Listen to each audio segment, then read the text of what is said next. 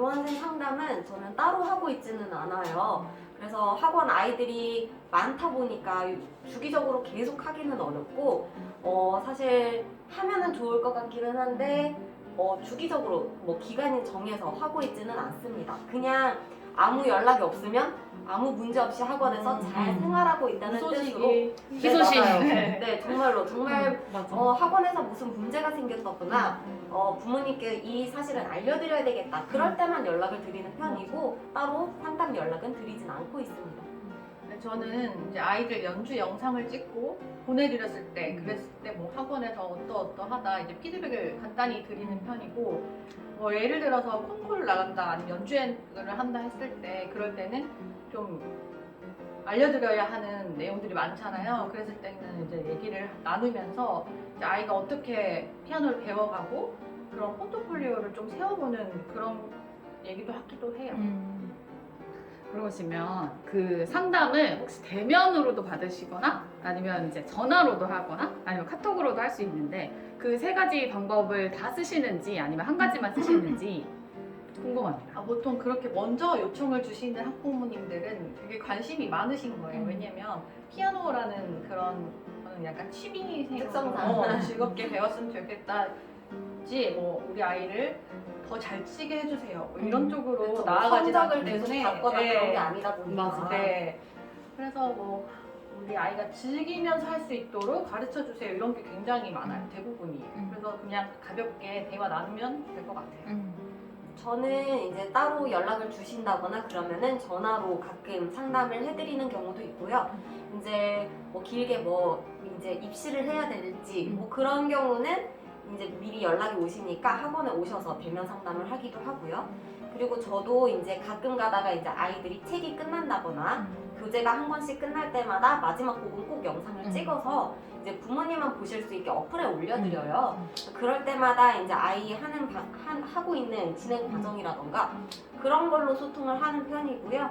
네, 따로 뭐 상담이나 그런 거는 아니지만 그래도 그런 식으로 소통을 하고는 있습니다. 충분히 소통이 되니까 네, 굳이 네. 따로 안 해도 될 것 같아요. 네. 충분할 것 같아요. 그러면 재원생 상담은 추천을 하시는지 아니면 비추천을 하시는지.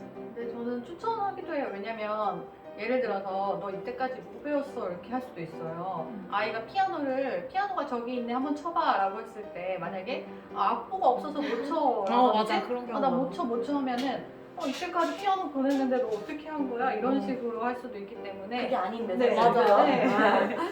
그래서 그냥 주기는 원장님 알아서 하시면 되지만 그래도 아이가 어떻게 피아노를 배워가는지 간단히 이제 소개를 해드리는 그런 것은 중요하다고 생각해요. 근데 방금 말씀하신 거 진짜 말씀드리고 싶은 게 아이들이 정말 열심히 배우고 학원에서 정말 잘하고 진도도 잘 나가고 선생님이 이렇게 해볼까 하면은 다 잘하는 친구들도 정작 외운 게 없으면 그렇게 밖에 나가서 엄마가 너 피아노 배우니까 한번 쳐봐 할 때 못 칠 수 있어요. 이거는 사실 전문가들도 똑같아요. 되게 정상적인 경우인데 되게 여기서 놀라시는 분들도 많으시고 그래서 이제 저희가 뭐 연주회를 한다거나 콩쿠르를 진행을 한다거나 이런 거는 아이들이 외울 수 있는 곡을 레퍼토리를 이제 입력시켜주기 위해서 하는 건데 그냥 열심히 배우는 과정에서는 잘하고 있음에도 그게 어려울 수도 있다는 거는 분명한 것 맞아. 같아요. 네. 네. 외운 저도- 곡도 시간 지나면 까먹을 수 있잖아요. 그쵸. 지나간 곡은 당연히 아이들은 다 까먹을 수도 맞아. 있는 건데 아무튼 그런 것 때문에 저도 일단은 상담은 추천은 드려요. 주기라던가 이런 거는 원장님께서 편하신 대로 하시면 되겠지만 이런 소통이 없으면은 정말 우리 아이가 제대로 못 배우고 있는 건가? 라고 생각을 하실 수도 있기 때문에 말씀해 주신 것처럼 저도 네, 상담은 추천을 드립니다. 재원생 상담은 하시나요?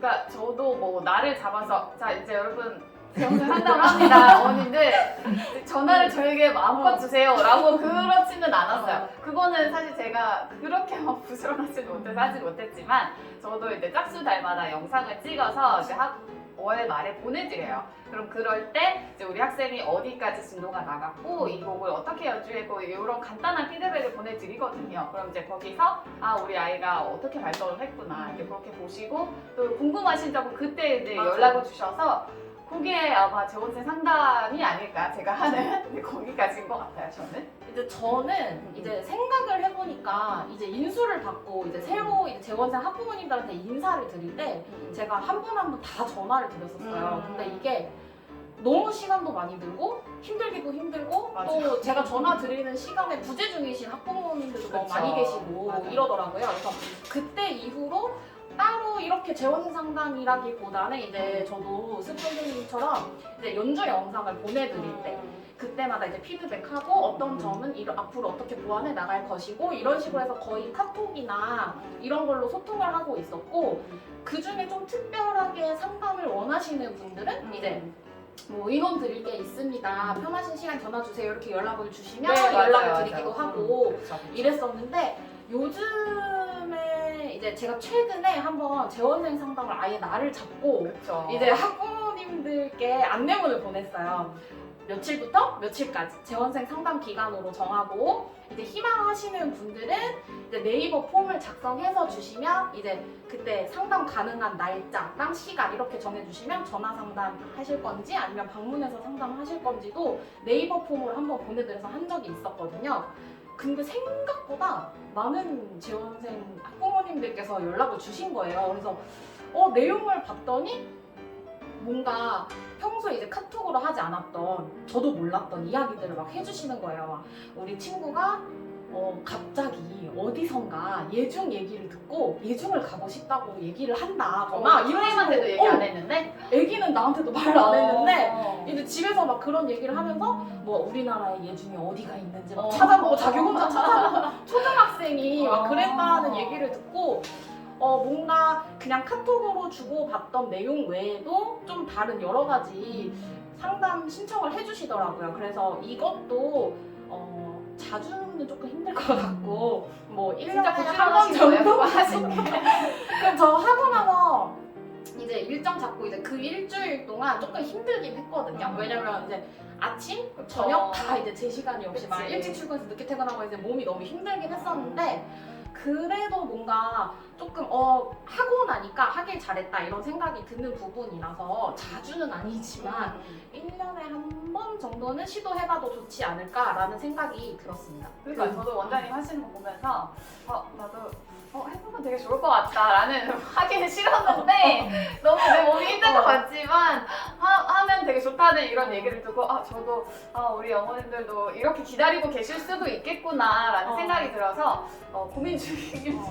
이게 되게 좋은 것 같은 게 학교도 신학기 때 학교 맞아요, 상담 맞아요. 시간이 있잖아요. 그런 식으로 학원에서도 하면 어머니들께서 학교처럼 상담 가듯이 맞아요. 그렇게 하면 좋을 것 같아요. 또 어떤 어머님께서는 이렇게까지 이제 신청을 받아서 상담을 이렇게 하는 학원이 처음이셨다고 이제 아이들을 잘 없죠, 진짜. 세심하게 신경 써주시는 것 같아서 너무 감사하다고 이렇게 말씀을 해주셔가지고 감동받았겠다. 그때 너무 감동받았고 이렇게 표현해주시는 학부모님들 너무 그쵸. 감사하고 너무 감사하죠. 그래서 정말 이게 힘들기는 하지만 한 번쯤 시도해보시고 만약에 괜찮은 것 같다 싶으시면 꾸준히 해보시는 것도 좋을 것 같아요.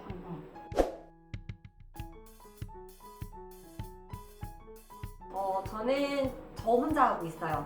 상담은 신입 상담은 이제 선생님들께서는 저는 전적으로 아이들 케어와 레슨만 부탁드렸기 때문에 그 외의 모든 일들은 제가 혼자서 다 하고 있고요. 제가 해야지 아무래도 저는 조금 혼란스럽거나 이제 뭐 말이 달라지거나 그런 경우가 없을 거라고 생각을 하기 때문에 저는 상담을 저 혼자만 하고 있습니다. 네, 저도 제가 하고 있어요. 보통 강사 선생님이 상담을 하실 때 원장 선생님이 자리를 비우신다거나 그러면 강사 선생님이 상담을 하는 학원들도 있더라고요. 그런 경우 이제 원장 선생님이 자리를 부재 중이실 때 만약에 신규 상담인이 와서 신입생이 등록을 했다. 그러면은 강사 선생님에게 인센티브를 준다거나 그렇게 하는 경우도 있다고 저는 이야기는 들었어요. 근데 일단 저희는 둘 다 저희가 직접 상담하고 있는 걸로 네. 저는 제가 하죠. 무조건 제가 합니다.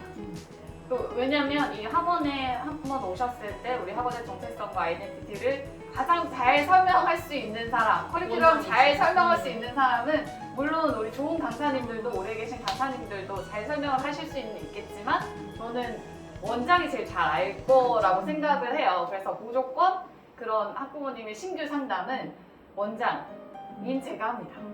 근데 저도 같은 생각이에요. 제가 하고 있고 그런데 일단 저희는 혹시 몰라서 그런 거를 정해두기는 했어요. 이제 혹시나 원장인 제가 상담을 하지 못하는 상황이었을 때 그렇죠. 상담이 오면 이제 우리 선생님, 전임 선생님이 상담을 해주셔야 하고 만약에 그렇게 해서 신규 원생이 등록했을 경우 인센티브 얼마 이렇게 정해두긴 했는데 아직 한 번도 그렇게 해본 적이 없고 그리고 이제 제가 혹시나 뭐 갑자기 아파서 응급실에 간다던가 뭐 약간 이런 식으로 이런 일이 있을 때면은 상담 일정을 제가 뭐 다른 날로 옮긴다거나 이런 식으로 저도 이제 제가 혼자 하는 게 훨씬 편하더라고요. 그러니까 우리 학원에 대해서 정확하게 설명할 수 있는 건 나 혼자뿐이고 그리고 아까 혜진 선생님도 말씀을 해주셨지만 선생님이 상담을 하셨다가 혹시라도 이게 좀 말이 다르게 전해진다거나 했을 때 추후에 문제가 생길 수 있기 때문에 상담은 원장 선생님께서 직접 하시는 게 좋다고 생각을 합니다. 재원생 상담은 만약에 담임제인 학원일 경우는 원장님이 그 학생을 레슨하는 게 아니라 그 선생님이 그 학생을 레슨하기 때문에 사실 그 학생의 진도 상황들은 담임 선생님이 제일 잘 아시겠죠. 그러니까 그런 피아노적인 부분에서는 그 담임 선생님이 상담을 하셔도 하시는 게 또 좋을 것 같아요. 만약에 담임제인 학원의 경우 원장님이 모르시고 그러니까 보니까 담임제인 학원 같은 경우에는 월말 평가서 같은 거 선생님들이 다 작성을 하시더라고요. 그래서 뭐 진도가 어땠고 학원 생활은 어떻고 수업 태도는 어떻고 이런 거를 담임 선생님이 다 직접 작성을 해서 주시니까 그게 일종의 지원생 상담이지 그쵸. 않을까 이런 생각이 들고 저 같은 경우도 담임제가 아니기 때문에 재원생 상담도 저 혼자 다 하고 있는데요. 일을 좋아해서 그래요. 나 갑자기 뭔가 어깨가 무거운 느낌이 드는데 왜 그런 거지? 기분 탓인가 이거? 근데 이렇게 생각을 해보니까 이제 아까 혜진 선생님께서 말씀해주신 게 딱 맞는 게 저희는 담임제가 아니니까 저도 저희 모든 학생들을 다 레슨을 한단 말이에요. 근데 이게 보면은 진짜 다른 친구들에 비해 조금 뭔가 내가 덜 수업을 한 친구들이 생길 수가 있잖아요. 그렇죠. 이제 있어요. 등원한 순서대로 막 그쵸. 레슨을 하다 보면 이제 그럴 때는 이제 저도 선생님한테 이제 제일 많이 수업하신 선생님한테 이제 여쭤보죠. 그렇죠. 이 친구가 어떻게 수업을 하고 있었고 뭐 수업 태도에 문제는 없는지 이런 거 먼저 파악을 하고 그 다음에 상담을 하는 편이라서 이제 저희 재원생 상담도 다 제가 하고 있네요.